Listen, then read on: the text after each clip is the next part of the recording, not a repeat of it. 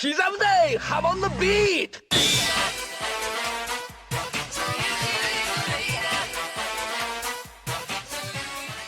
Welcome back to another Debunking Araki Forgot Extras, where I go over more JoJo fan questions that I haven't already covered. It's been a little while and videos have been slower recently, so I felt like going back once again to the debunking series since it's still one of the most fun kinds of videos to make.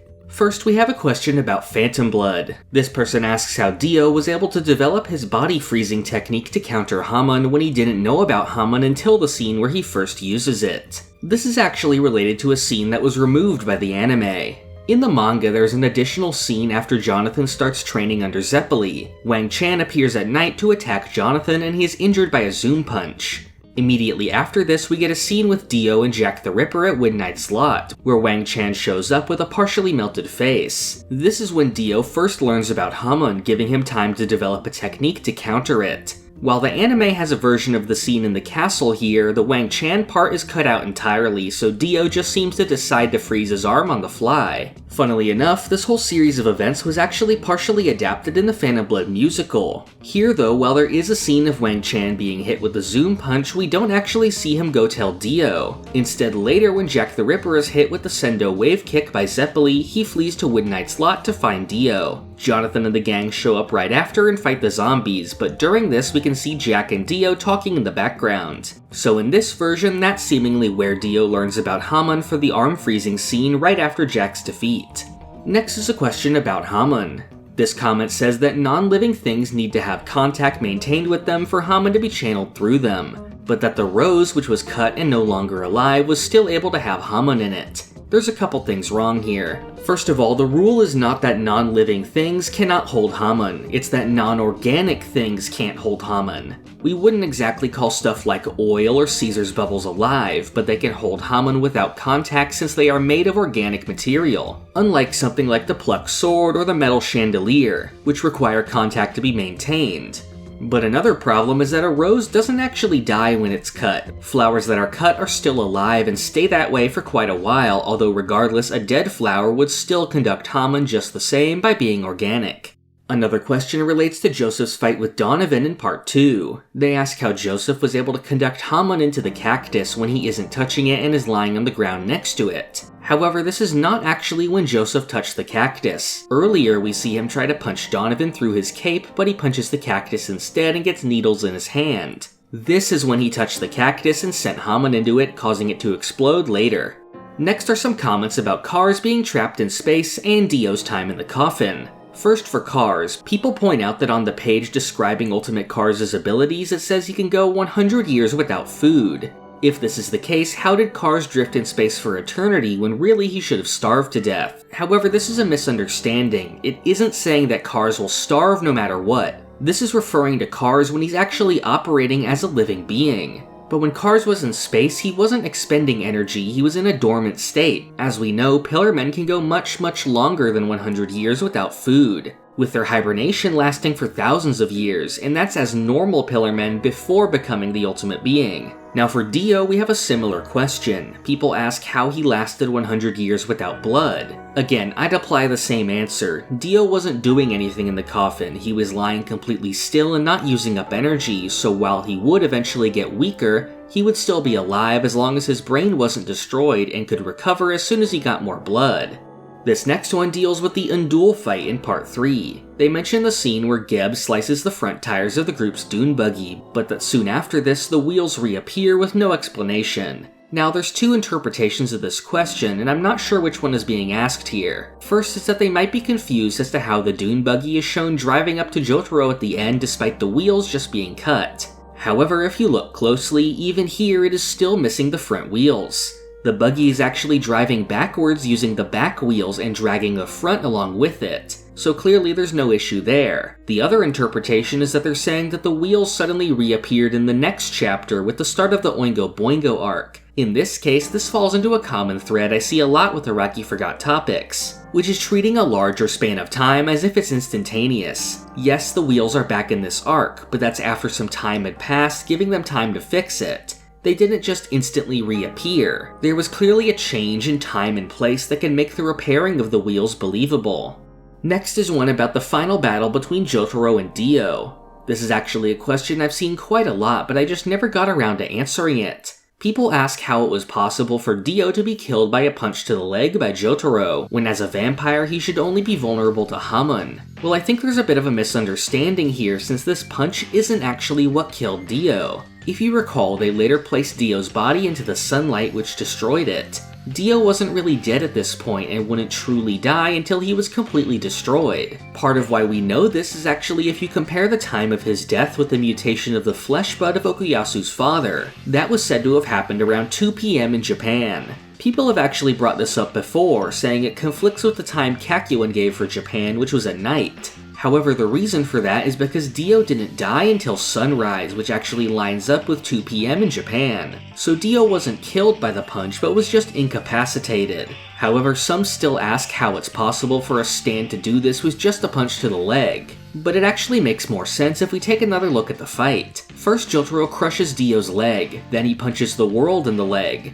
We can see that this clash is so strong that Star Platinum's fist begins to break. However, because Dio's leg was weakened, his stand's leg was weakened as well. So the cracks on his stand spread over the entire body, including his head. The sheer force of the blow caused Dio to basically explode. Now, one of the stated weaknesses of a vampire other than sunlight is also the destruction of their brain. Dio's brain is pretty resilient since it was able to withstand getting cut in half and stabbed through by Polnareff, but a serious blow to the head could still really mess Dio up. He himself said that if Polnareff had a bit more time, he could have destroyed his brain with Silver Chariot, and the punch to the head he took earlier from Star Platinum was strong enough to make him lose control of his body. So really this final blow emphasizes just how strong Star Platinum is, that even with his strengthened body, he was still hit hard enough to not be able to recover in time before he was finished off by the sun. Now for a part 4 question. This person asks why Koichi didn't just use echoes to put the word help on himself to get Josuke's attention during the Rohan fight. I think what this question is missing is how exactly Koichi was being trapped by Rohan in the first place. As we see here, Koichi wants to ask Josuke for help, but whenever he tries, he just acts like everything is fine. This is because Rohan had written in Koichi that he could not attack Rohan. This doesn't simply mean attacking him physically, he also can't intentionally act in a way that leads Rohan to harm. So here he can't tell them what's wrong, and later he is unable to talk about Rohan's ability, so doing something with his stand to call for help would similarly be limited by Rohan's command. Next is another one I've actually seen a lot over the years. Some people ask why Jotaro seems surprised that a rat could have a stand when obviously he already knew about Iggy and Forever in part 3. Now this is a really common question and I could probably put together a couple dozen times it's been asked, but every time I hear it I just can't shake the one obvious answer, which is that Jotaro never actually expresses surprise about a rat being a stand user. I've even got a comment saying that Jotaro said that the rat proved animals could be stand users. I cannot stress enough that he has never said anything like this. The only line I could possibly see being construed as this is when he says, even though it's a rat, it must have developed a stand. But that doesn't actually show him being surprised in any way. If he's surprised at all, it would be that a rat in particular got a stand, rather than a much more intelligent creature like a dog. In fact, in this line, he affirms that a rat must have developed a stand, despite having no concrete proof of that yet. The reason he has to clarify here that it got a stand even though it's a rat is because he's talking to Josuke, a person who doesn't know about animal stand users and who is surprised at their existence. Now, I was at a loss on this until I decided to check out the English dub for the anime. Here, after describing the rat surviving the arrow, he says, "You know what that means, humans aren't the only organisms with the potential to acquire stand abilities." After hearing this, I believe this is where people got this idea from. From the clunky way it's written, it could be interpreted that Jotaro is coming to the conclusion that animals are stand users for the first time. Of course, since the English dub often differs from the original dialogue, we can't take what it says as canon in any way. And in the original Japanese, no such confusion about Jotaro and animal stand users exists. Just as a rule of thumb for dub watchers, I recommend that you check the Japanese version or the manga to make sure the question you have isn't due to something the dub changed. Next is one talking about the scene following Kira's introduction. They ask why when Kira walked past Josuke, he didn't just bump into him and turn Josuke into a bomb and kill him later. I find this odd since Kira actually has very little reason to go after Josuke here. He killed Shigechi because he learned his secret, but he avoided being seen by Josuke, so he simply didn't find it necessary to kill Josuke unprovoked.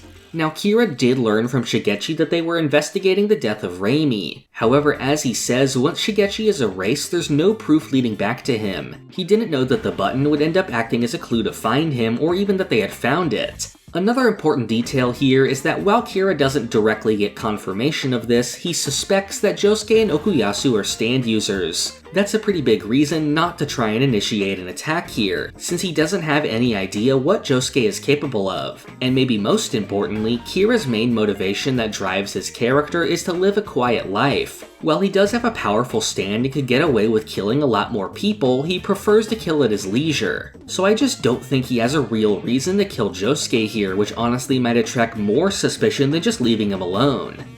This next one isn't quite an Araki Forgot, but more of a misunderstanding that I wanted to point out. I got a comment recently asking whether Superfly's user Toyohiro first developed his stand after living in the tower, or if he took it over from a previous user. I pointed out that it is actually his stand, which developed after he moved into the tower, trapping him. The reason this person was confused was because the JoJo Wiki says that there was a previous unknown user. This information, though, is actually incorrect, in part because it comes from the JoJo Wiki at fandom.com. This used to be the only JoJo Wiki, but in 2019, the main staff left since they were dissatisfied with fandom's policies and the obtrusive ads. So they made JoJoWiki.com, a far superior and better maintained wiki. The fandom one has rightfully fallen into disrepair and should be ignored at this point. Just as an example, many of its pages are incomplete, like anything related to Part 9 or the Rohan TV drama, and it doesn't even have a page acknowledging recent JoJo properties like the Phantom Blood musical. This Superfly error also doesn't exist on the Better Wiki. Whenever new pages do get added to the fandom wiki, they're also usually heavily plagiarized from the real JoJo Wiki, so just stick to the more up-to-date wiki if you want more accurate information on the series. Now we have a question related to Bites the Dust. The comment here is correcting me by saying that Bites the Dust doesn't actually rewind time by an hour like I say in the video, but that it actually rewinds time to the point that the bomb was planted. This is simply untrue. Near the end of the fight, Hayato directly says that the ability rewinds time by 1 hour, and if we go take a look at the JoJo Veller stand book, it says the same. However, this fact is actually demonstrated in the manga itself as well. For example, Rohan dies at 8:30 AM, and when Hayato is sent back to morning, it's 7:30. However, in the next loop when Rohan dies automatically, time keeps going for a bit. The others die at 8:36, and when time rewinds, we can see that it's actually 7:36. We can also see a clear difference between these times. At 7:30, Hayato is in his pajamas and in bed, and later his mom comes in when he's dressed. When Hayato comes back at 7:36, he's already dressed, and Shinobu comes in right away since it's farther in the future. Not only that, but later we are shown a timeline with all of these points laid out. Now, as for the idea of time rewinding to when the bomb was planted, this was never suggested anywhere in the manga. This also wouldn't really make sense since the bomb was actually planted on Hayato the night before alongside Kira awakening the ability, not in the morning. This next one is related to the Thus Spoke Kushibe Rohan story Mutsukabe Hill. For the uninitiated, this story involves a woman named Osato Naoko who accidentally kills her boyfriend Gunpei, after which his body starts endlessly leaking blood. Naoko has to constantly manage the body for years to dispose of the blood while keeping the body secret. We learn that Gunpei is actually a species of yokai whose death is the start of a new phase of life where they're cared for by the person who killed them. The final revelation is that Naoko actually sired children with the corpse who are just like their father. This commenter asks how Rohan was able to immediately figure out that he had met Naoko's daughter when she died in front of him, and even knew that she was created by Naoko having children with Gunpei's corpse. There's a few things to consider here. First of all, Rohan knows all about Gunpei already since he was investigating rumors of a being like him in the area, where he ran into Naoko and read the entire story from her with Heaven's Door. Second, Rohan was right outside Naoko's house at the time, and the daughter said that people like him have been snooping around lately, implying that she lives there. Finally, when she died, her body started to undergo the same transformation as Gunpei, letting Rohan know that she was one too and must be his daughter. For another Rohan chapter, I've actually seen a lot of confusion surrounding the very first chapter of the spin-off, At a Confessional. I've seen some of this outside of my comment section as well. The different questions about this story actually conflict with each other, so I think I need to look at them one at a time. A lot of people ask why the servant was the one to be cursed at the end. This seems to be a fundamental misunderstanding a lot of people have with the chapter, which is surprising since this is directly related to the story's main twist. To recap, the main character, who I'll call the Confessor, is the one speaking to Rohan in the confessional booth. He was a selfish man who forced a beggar to work for food, leading to his death. The ghost of the beggar cursed him and said he would return at the peak of his happiness. Soon after, the man had incredible good luck and became extremely rich and had a daughter. From the story's perspective, we see him out with his daughter when the ghost returns and possesses her. The ghost forces him to go along with his game of catching popcorn in his mouth, and when he eventually fails, he is killed. Of course, you might already notice the twist, which is that the Confessor never really died since he's telling Rohan the story. He used his extravagant wealth to make his servant undergo plastic surgery to look just like him, which fooled the ghost. Now you might see the problem with the question. They ask why the servant was cursed at the end, but this isn't the servant, it's the Confessor, who also had plastic surgery and took the role of the servant, who we see briefly before the popcorn game. He's cursed by both the servant and the beggar for tricking them and confesses this sin to Rohan. Now another comment asks how the servant knew the whole story of his boss. It's hard to tell, but I think this person is asking how the servant was aware of the reason the ghost was haunting him. And others ask why he went along with the popcorn game when he really didn't do anything. However, if you look at the dialogue, the servant never actually says he knows about the ghost. In fact, he seems really confused about what's going on. He repeatedly questions why this is happening to him and only plays the game since the ghost would kill him otherwise. I think it's clear from his ghost at the end that he did not know what was coming since he says that he was tricked with money to undergo the surgery. Next is a part 5 question related to the stand Notorious B.I.G. This comment says that since B.I.G. is made from flesh grown from Carne's severed fingers, then it should be a visible stand. This much is true. However, they say that after it fell in the ocean, it was no longer visible and people didn't know that it was attacking their ships. But this is not the case. In the narration in the manga, it is said that B.I.G. occasionally attacks and sinks passing boats. The local fishermen then said that the area was cursed, so it isn't the people who were actually attacked by B.I.G. that are saying this, since they die when their ships are sunk. It's the locals calling it a curse since boats keep sinking in that area, and they haven't actually seen the stand itself.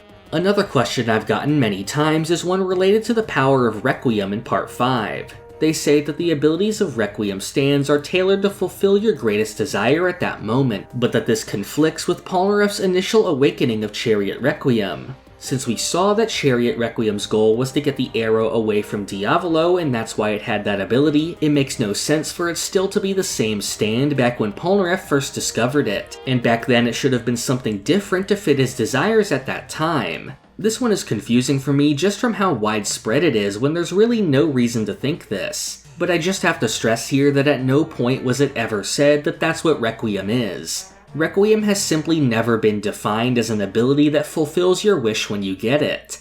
This seems to be a very prevalent headcanon reading of Requiem that has just seeped into general discussion of the power. Our only description of the nature of Requiem's power is that it gives you the ability to dominate the souls of all life. That's pretty general and does not at all mention it fulfilling your wish. I assume people get this idea because the two Requiem powers happen to do what was needed at the time.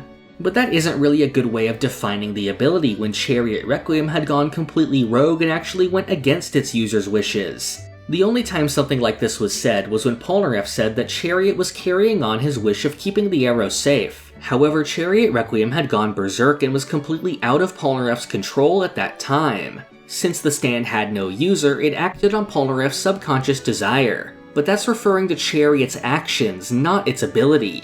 The Requiem ability that the stand has would be the same regardless of whether Polnareff was in control or not. And for Gold Experience Requiem, the power is way too complicated to just be narrowed down to saying it was made just to beat Diavolo. If that were the case, then the power could have been 100 different things and it wouldn't matter as long as it happened to fulfill Giorno's wish. I think one of the other reasons people think this is because of Bites the Dust in Part 4. In that case, Kira was pushed to his breaking point and the arrow was suddenly attracted to him, awakening a new ability that can perfectly conceal his identity. But we have to remember that Bites the Dust is not a Requiem stand, it's simply a new ability drawn out through the arrow. In Polnareff's case, his Requiem ability has always been to swap the souls of people, and in Giorno's case it would always have been to return things to zero. It doesn't have anything to do with when the power was awakened. This next question is related to the spin-off Purple Haze feedback. This is responding to an old question I covered asking how Sale and Zukuro were alive in the book when they both died back in Part 5. I pointed out that neither of them died and were both said to be alive and were knocked out back on the boat after the fight. Even Sale, who got shot in the head, was said by Mista to have survived thanks to his ability to freeze the bullet just in time. However, this comment says that Zukuro is definitely supposed to be dead. They say that Zukuro was decapitated and left decapitated all the way until Bucciarati died, after which the zippers would disappear and he would die. I don't know where this person got the idea that Zukuro remained decapitated though, since this was never stated at any point. They clearly did not intend to kill them, so I see no reason to believe why Bucciarati would leave Zukuro's head off. I assume what they may be saying is that even with the head reattached, the zipper would still remain, and once Bucciarati dies, it would go away and the head would fall off again. Like how Trish's zipper started disappearing when he first died. But we know that Sticky Finger's zippers don't have to stay forever. At one point, Abakio got his hand reattached using a zipper, and that zipper eventually went away and his hand stayed on. But this is even more simple since Zukuro's head was removed with the zipper in the first place. If the head was put back and zipped up, the zipper could disappear and the head would go back to normal. We know this is true since all the way back in his first ever appearance, Bruno was able to remove his own arm with a zipper and put it back with no problems. And of course, if we look at the anime adaptation, when they're knocked out on the boat, Zukuro's head is clearly reattached with no zipper present. This next question deals with Part 6 and claims that it was never explained where the fragments of the stand arrow in Jolene's locket came from. They say that it's clearly a piece of Pulpo's arrow which we saw destroyed, but that it was never explained how the Speedwagon Foundation got it. I honestly don't see how this is supposed to be a plot hole of any kind. The Speedwagon Foundation was in possession of an arrow already, the one taken from Akira Otoishi, so they could have just gotten a fragment from that to send to Jolene. Also, saying it necessarily has to be Pulpo's arrow because it's the only one we saw broken is just a strange idea. Since that arrow wasn't simply broken apart, it was said to be destroyed beyond repair and became unusable after that point, so it clearly wasn't that arrow.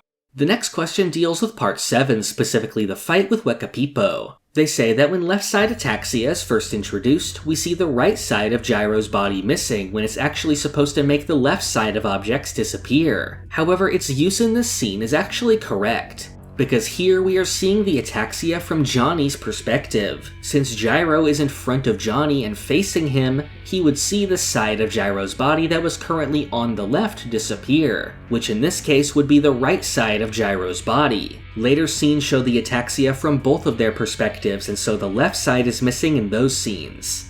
This next one asks, how was the Saint's corpse completed by Valentine when we saw that a portion of the spine was left behind in Johnny? This was actually directly addressed during the Civil War fight. Axl Rose specifically mentioned that Johnny still had the spine and he had to retrieve it. And it was said that Civil War's ghosts grabbed the piece and we see it added to the rest of the corpse. So this one's really simple, there was just no piece left behind.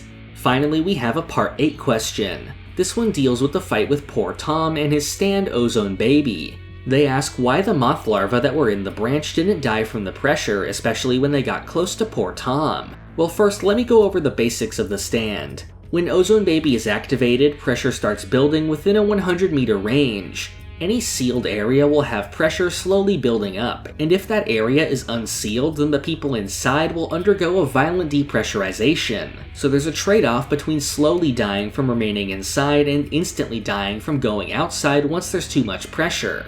Now, I think it's debatable whether the bugs being inside the branch counts as a sealed space, but assuming it is, they really wouldn't be in much danger as long as they weren't unsealed.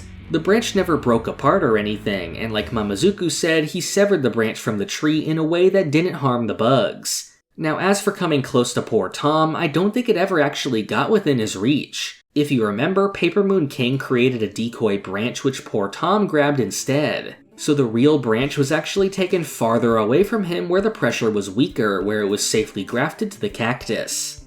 And that's about every topic we have for now. Again, I feel like I got some good topics to go over this time, including ones I've been seeing floating around for quite some time now. My favorite ones to cover aren't necessarily the strangest ones, although those are fun, but the ones that lead to an interesting discussion and challenge me to remember smaller details from the manga I might have forgotten. In the last video, I brought up a similar topic, which is that I plan to do a video that's like a more neutral version of Debunking Araki Forgot, where rather than dealing with plot holes, I just answer some of your JoJo-related questions. I'm slowly putting together what'll be in that video, so feel free to comment it or leave it in my community post that first announced that video. If there's a topic you'd like to see me go over that is related to Araki Forgot, again, comment it below or reply to the pinned comment. However, I ask that you just leave your questions and not reply to other people in the thread, since not only does it make it reach the reply limit, it also makes it very hard to scroll through later. If you want to stay updated on new videos, make sure to subscribe and click the bell. You can also join the Hamon Discord to be notified on new uploads and any important JoJo news. Finally, I'd appreciate if you help support the channel on Patreon. There you receive Discord perks and can also submit patron questions. This video's question comes from Rex. They ask, what kind of game genres would fit JoJo well? Well, I would just take a look back at what JoJo games we've already gotten, since I think they already covered most of the genres I'd like. Fighting games are obviously a good match for JoJo since we've gotten 2 great games out of it. Beat-em-ups are another genre the series has done, and I think it's also an interesting way to go. I do think there's greater potential for a game like this, and honestly, I'd like to see something similar to the Yakuza or Like a Dragon series but for JoJo, like that studio did for Hokuto no Ken. Finally, there's JRPGs, which we actually got on the Super Famicom adapting Part 3. There's also the well-known fan game 7th Stand User, which is very well liked. I think this is also something they should look at in the future, since it might be easier to represent some of the crazy moves of JoJo in a turn-based game rather than something you have to actually control. If you want to leave a question, you can join the Patreon at any tier and leave it in the page's member chat or by DMing them to me directly. I try to answer 1 question per video, so please leave as many as you want so I don't run out, and they don't necessarily have to be JoJo related either. Thank you for watching. This is the part of the video where I thank my $5 and up patrons. Thank you to Sloth Dog, Doorbell, Crayon, Rigovids, Zucato, Marrow, Almighty Quarth, Gatlin Grove, Lime Jinjo, Sponge Cake, Cakext, Feliciano Rabaja, Rayana Meme, Christian McDonough, Emmanuel Etienne, Pulse Dog, Great Riek, Carmo Trina, Zach Greenfield, FIFO, Rob Goliath, Jacob Smith, Big T, Sea Manga, Minty, Gold, Red Hot Mayonnaise, Jolene, Monticelli, Zenkai, Royal Slush, Chongo, and Keenan.